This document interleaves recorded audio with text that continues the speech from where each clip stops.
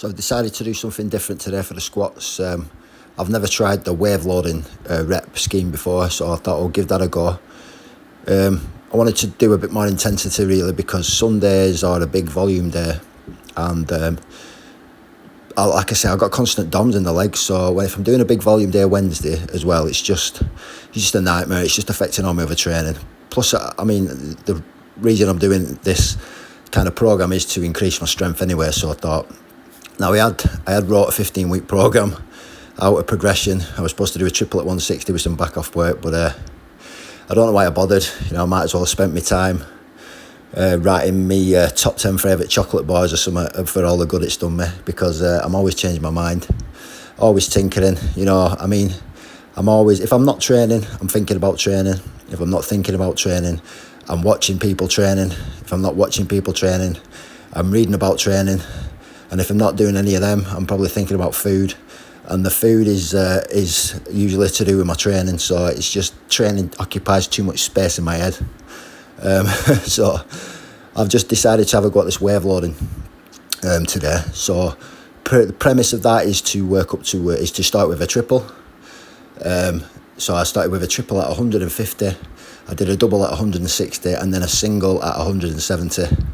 And then I waved it back to a triple at 155, a double at 165, a single at 175, and then I managed to get the third wave in, which was a triple at 160, a double at 170, and a final single at 180. So yeah, it was a really good session, and I really enjoyed it, pushing the intensity a bit. Like I say, I've heard of this rep scheme before, and then I've never tried it, so yeah, it was really enjoyable. After that, I finished with some deadlifts. I watch a lot of content from a guy called Will Ratelle. If anyone's watching this, you've probably heard of him. One of the top strength and conditioning coaches in the States. Absolute specimen, unbelievably strong, power lifter, weightlifter, can dunk a basketball, can sprint. He's a real all-rounder specimen, physical specimen. And he has quite a unique take on a lot of things training. He says that volume is overrated, and you need to think more about stress than volume. Think stress, not volume, he says. He doesn't even like using the term volume, because he says you're not really sure what it means and how it can be defined. And he's saying you really just need to put a stress. And I'm aware of that. The stress response cycle. You put a stress on the body, you adapt, and you get stronger. But it really, for me, it contradicts a way a lot of people train.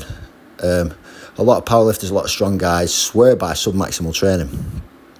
But I just don't understand the mechanism of submaximal training and how it gets you stronger. Because if you are training with submaximal weights, your body can handle it, can't it? I mean, it's not producing the stress, is it? How is it producing a novel stress if you can handle the weight? So therefore, how is that producing the stress to get you stronger? I'm just a bit confused. My brain starts to work when I think about it. But obviously, I mean, Will Ratelle is a fountain of knowledge on all things S&C. So that's the kind of thing I'm looking at now, is to just think about stress. Just try and place a new stress each time. Whatever you're doing, maybe doing giant sets, cluster sets, density sets, whatever. Just try and place a novel stress on the system instead of doing submaximal training. I don't know. I mean, like I said, both of those styles of training, surely they contradict each other, don't they? But like I say, I don't know. So I've got to, what am I on here? 175 for a double.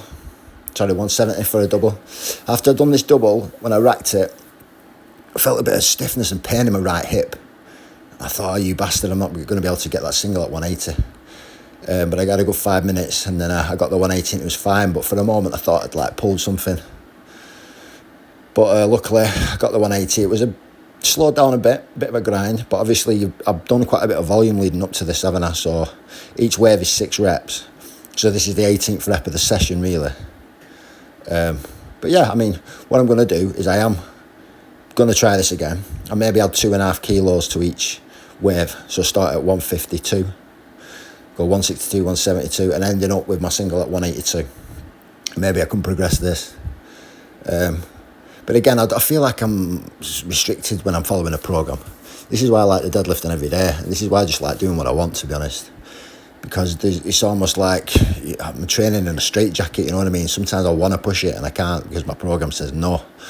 And other times I'm feeling beat up and I'm supposed to go heavy and I just ain't got it in me. So yeah, I'm just gonna, I don't know what I'm gonna do. Talk a lot of shit, but I'm gonna squat every Wednesday, Thursday, and I'm just gonna push it in somewhere, whether it's volume, whether it's giant sets, cluster sets, density sets, wave loading, working up to a 2 rep max, 3 rep max, whatever, instead of just following this basic progression.